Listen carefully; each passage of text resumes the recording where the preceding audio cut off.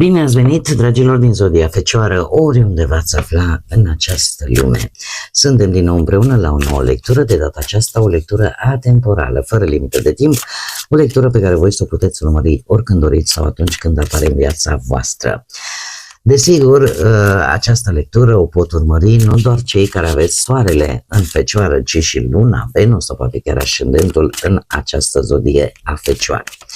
Trebuie să vă aduc aminte că este totuși o lectură general colectivă, așa că vă rog să luați decât ceea ce va rezona cu voi.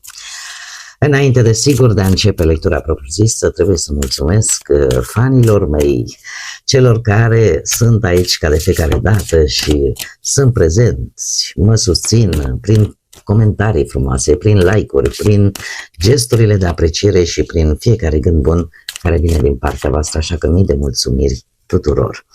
Cei care sunteți pentru prima dată aici pe canal, vă urez bun venit, iar dacă la finalul acestei lecturi simțiți că ați rezonat, sau poate chiar v-a plăcut, nu uitați să vă abonați. În felul acesta nu veți pierde niciuna din lecturile mele, plus că abonarea este totalmente gratuită. Și acum, încă de la început vreau să vă spun că lecturile mele atemporale lasă cărțile să se desfășoare în largul lor. Ce înseamnă asta? Înseamnă că nu voi cere pe un anumit domeniu, că e de dragoste, că e de bani, că e de muncă, că e de... Nu. Las cărțile să-mi arate ce este important de știut pentru fiecare zodie în parte. Da? Asta ca să nu avem discuții, să spunem, păi nu ne-ai spus nimic. Este construcția mea personală pe care o aplic. Și haideți să vedem, avem mingea de cristal sau globul de cristal, implicații pentru viitor. Interesantă energie. Dragilor, sunteți foarte mistici, se pare, cel puțin unii dintre voi, cei care vă regăsiți cu acest lucru, cu acest mesaj, sunteți foarte implicați cu ce și foarte curioși în același timp cu ce o să vină, ce o să fie. Probabil că unii dintre voi, uite, sunteți aici pe canal în ideea de a mai afla câte ceva. Acum, este foarte cunoscut faptul că zodia voastră a Fecioarei, fiind și o zodie de pământ, întotdeauna găsesc, ca să zic așa, voi găsiți maniera să vă adaptați, să scoateți un anumit profit din tot ce apare nou. Și de aici pornește și această curiozitate atât de accentuată în acest moment. Adică nu este ceva nou, dar este ceva mai mult. Poate că sunteți inclinați în această perioadă să, nu știu, uite, să verificați și din punct de vedere ezoteric. Ia să vedem ce ne spune tanti asta aici pe canalul de tarot sau pe horoscop sau pe horoscopul chinezesc sau rune sau tot ce ține de partea asta ezoterismului, a misticului, posibil să apară această curiozitate în acest domeniu. Haideți să vedem acum ce ne spune tarotul, ce are de spus tarotul, de ce apare această curiozitate bruscă, mistică, ezoteristă, ce este important de știut pentru dragii mei din Fecioară în următoarea perioadă de când voi urmăriți această lectură. Să vedem.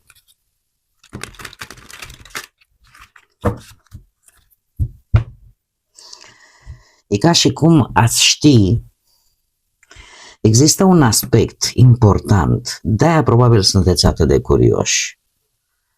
Este ceva important pentru voi. Și ca și cum, Doamne, vreau să știu dinainte cam ce se întâmplă. Acum,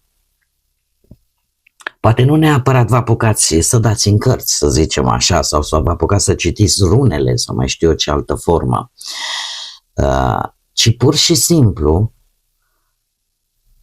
căutați mult mai multe informații, aprofundați foarte mult partea asta a informațiilor, a cunoașterii.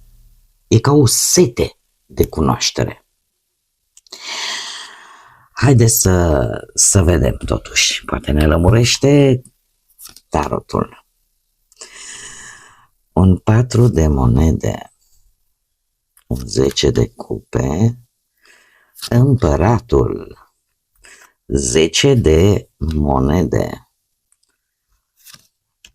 justiția și 9 de bâte. Și aici avem elementul surpriză. Haideți să le și clarificăm. Va fi un lucru important de clarificat. Un lucru important de clarificat și aici avem împăratul. Aș zice că ceva va evolua și va fi foarte organizat, foarte important. Dar haideți să le și clarificăm. Clarificăm, te rog, nici n-am mai apucat să spun, 4 de... E un 4 de monede. Clarificăm 10 de cupe, te rog. Cu energia asta e ca și cum, cum să spun eu, vă dați seama că dacă nu faceți lucrurile cum trebuie acum, pe viitor lucrul ăsta se va vedea. Clarificăm împăratul. Clarificăm 10 de monede. Clarificăm 10 de monede, te rog. Tind să cred că este vorba mai mult de o situație financiară pentru mulți dintre voi. Clarificăm justiția. Opa. Clarificăm 9 de bâte.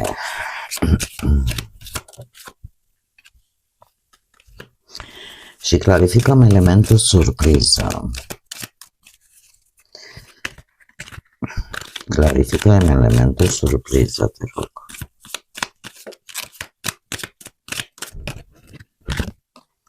Bun. Haideți să vedem, dragilor. Spune că tema principală este legată de o stabilitate în prima fază financiară, tema dominantă, ca să spunem așa.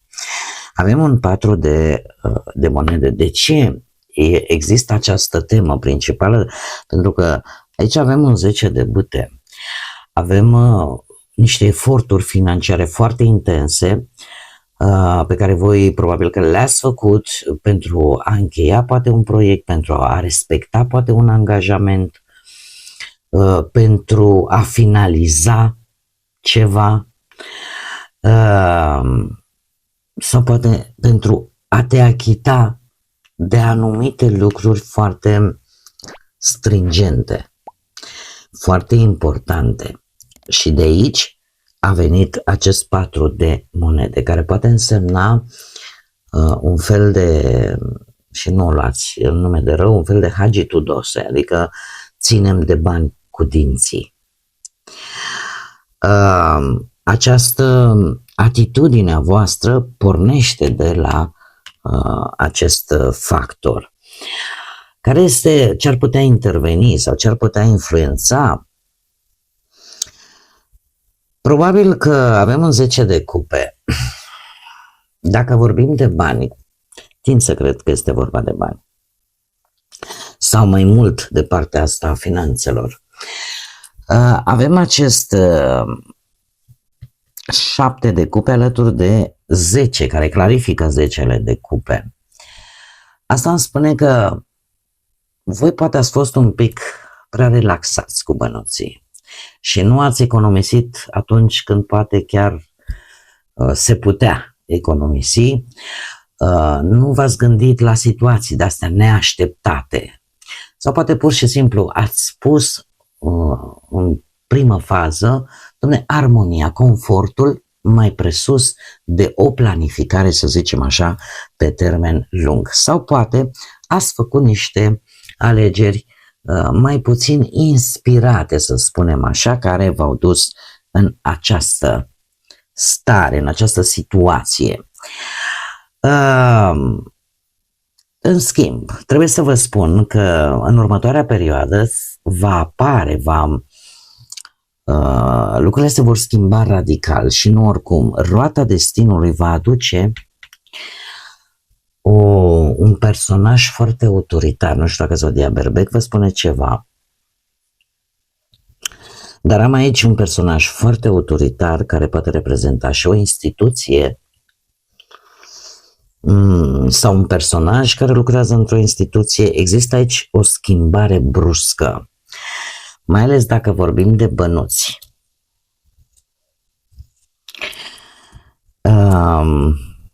Este interesant,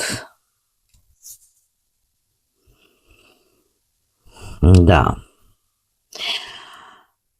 aș zice că voi în primă fază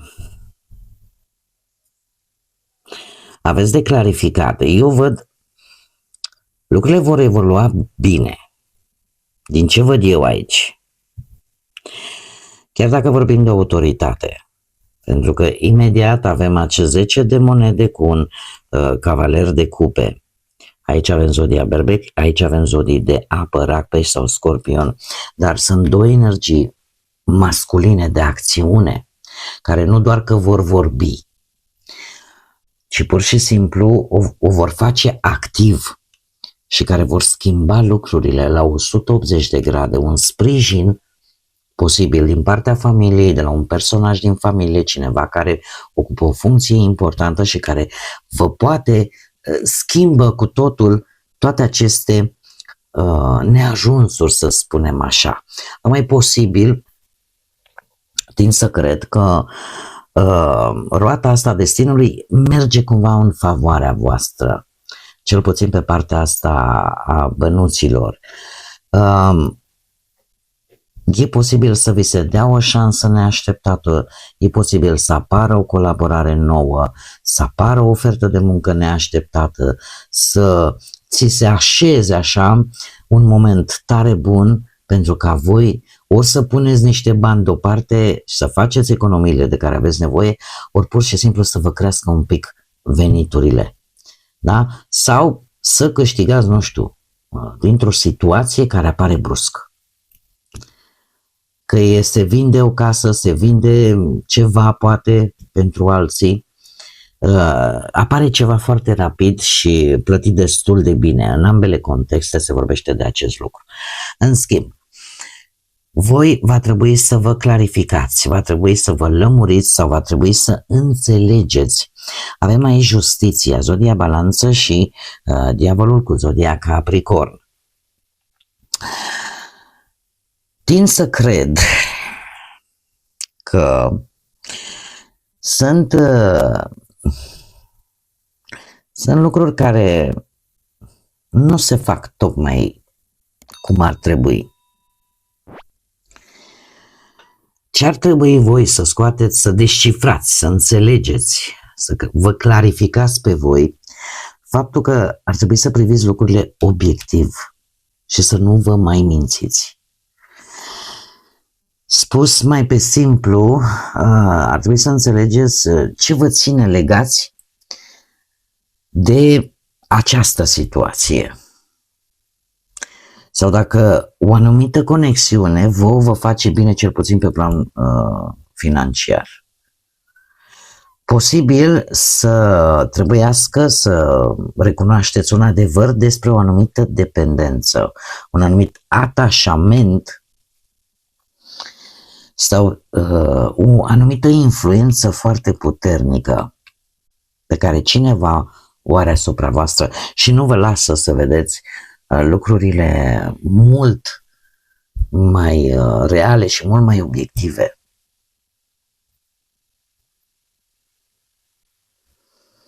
Asta poate să se întâmple, nu știu, la locul de muncă.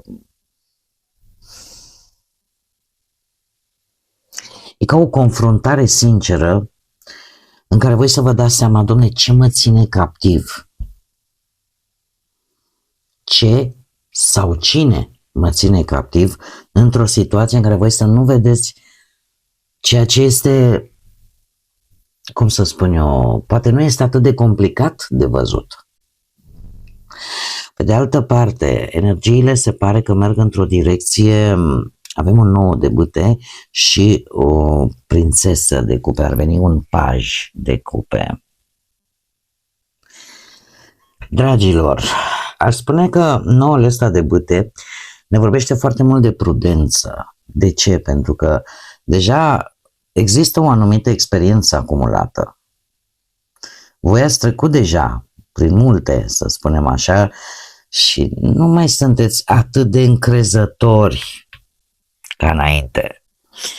Acum, pajul de cupe poate să ne vorbească de o propunere, de o idee nouă, de o veste, de o abordare, mai ales dacă aveți și voi, dacă aveți poate ascendent în zodii de apă, rac, pești sau scorpion, posibil ca voi să abordați într-o manieră, să zicem, mai deschisă, mai creativă situația în sine.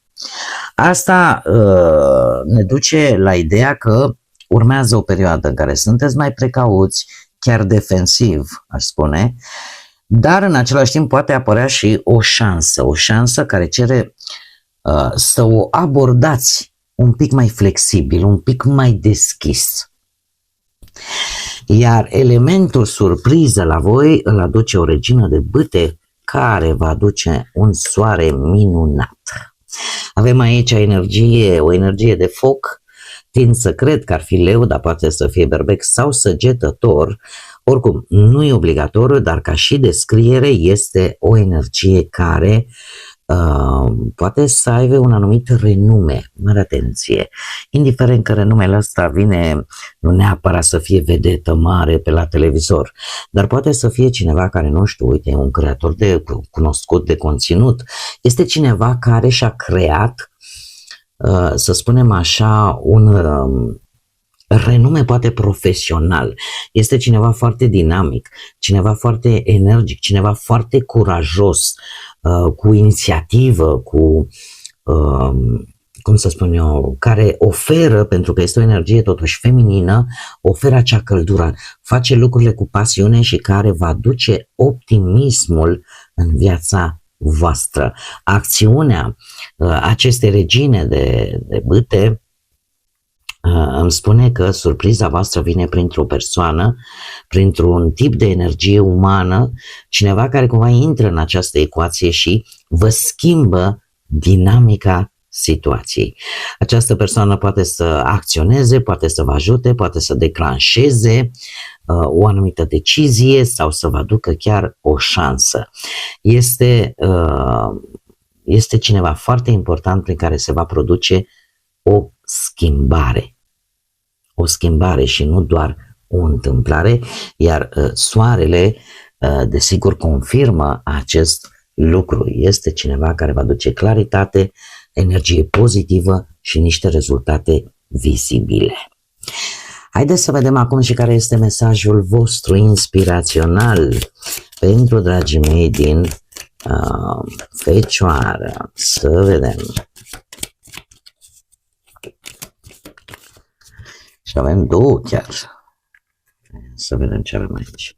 Avem mazăre dulce și hortenție, cred că îi spune. Parcă. Interesant. Avem primul mesaj inspirațional al lui Joseph Campbell, care spune așa: urmează-ți